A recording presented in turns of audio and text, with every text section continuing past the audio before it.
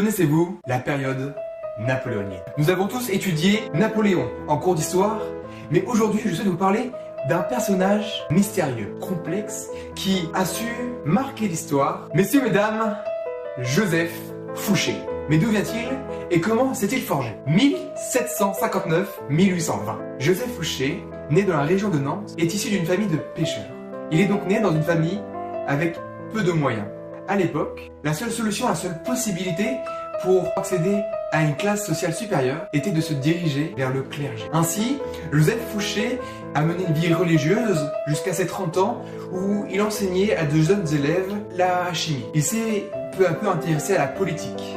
Il a accédé à des salons puis est devenu député. Pour mettre un peu de borne historique, rappelons ce qui est important, les dates de la Première République, c'est-à-dire de 1992 avec le début de la Convention jusqu'en 1804. Durant la Convention, en 1792, il est dans le camp des Girondins. 1793, qu'est-ce qui se passe? Interro d'histoire.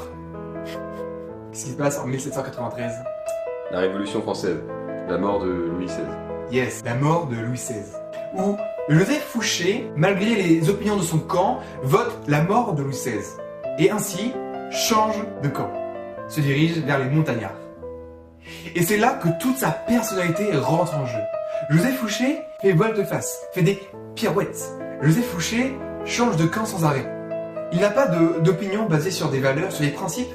Fouché est connu pour être un homme de savoir, un homme de l'ombre, mais aussi pour être un dangereux personnage. Après la Révolution, l'idée de la République s'étend partout en France. Et ainsi se mène un courant assez désastreux de décristallisation de la France. Il y a eu de nombreuses révoltes dans de nombreuses villes en France. Mais la plus connue, la plus célèbre est le massacre de Lyon, où l'on nommera Fouché le mitrailleur de Lyon. Il a au total exécuté 1750 personnes. Cet homme, qui à l'âge de 30 ans était ecclésiaste, s'est finalement retrouvé en inversant la balance du côté opposé, le pilleur des églises. Mais venons-en aux faits les plus marquants de Fouché. Les faits que l'on ignore. En réalité, j'ai parlé plusieurs fois avec des camarades et jamais on ne m'a parlé de Fouché.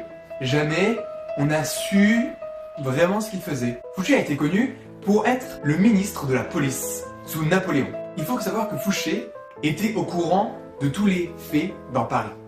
Il avait des agents à chaque coin de rue et pouvait ainsi en informer les hauts placés. Fouché était une personne qui travaille dans l'ombre, qui passait des semaines et des mois entiers dans sa cave, dans un bureau que l'on peut imaginer dans une ambiance assez sombre. Ainsi, durant toute l'histoire de la Première République, Fouché a su se placer du bon camp pour toujours avancer.